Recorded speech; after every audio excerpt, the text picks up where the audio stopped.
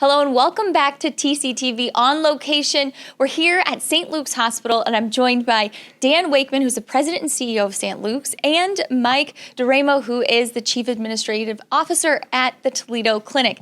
Now, Dan, can you tell me about the importance of the relationship that the Toledo Clinic has with you all here?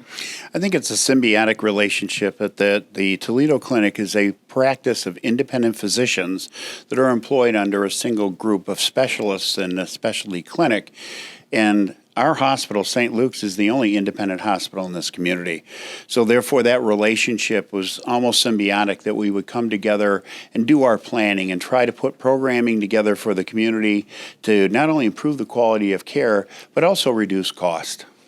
And how does this work from the physician side? Why is it important to have this relationship? Symbiosis is a good word. We have a cooperation, a collaboration, but Toledo Clinic's looking for a hospital that helps us with kind of the modern healthcare issues, cost efficiency, sharing resources. St. Luke's, Dan Wakeman was very receptive to that kind of mindset and made a very attractive relationship. And as far as sharing information, if I'm a patient and I see my doctor at the Toledo Clinic, what does it mean for me if I come here? One of the nice things about it is that our physicians that are employed by St. Luke's Hospital and the Toledo Clinic physicians are on a common information system platform, which is totally interfaced to the hospital.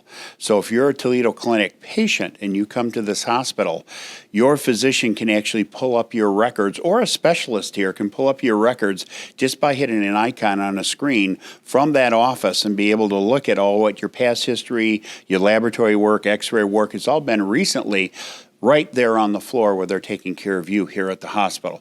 And so there's a real seamless movement of information back and forth. And why is that transfer of information make it more cost effective? Well, it prevents what I would call redundancy in the process. You don't have to do multiple steps where you can do one step to get to the answer to help the patient. Efficiency is the nature of the relationship we have with them. I think what's very important is that the hospital is very welcoming to our doctors and allows us to come in, establish a community relationship, and, you know, in the end, it's a nice hospital. And go ahead. I was going to say it's a continuity issue too. You know, it's good that the physician here who may be taking care of you today can get in and see all the key information about you and what the other physician at the office has said about the care and the care plan. And that continuity is really going to help your outcome actually hit its peak and the best outcome at the fastest timeline.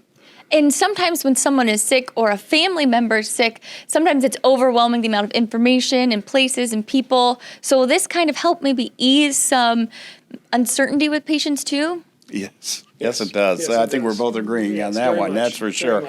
You know, what's interesting is oftentimes in some of the larger systems, they sit on what's called a common computer platform.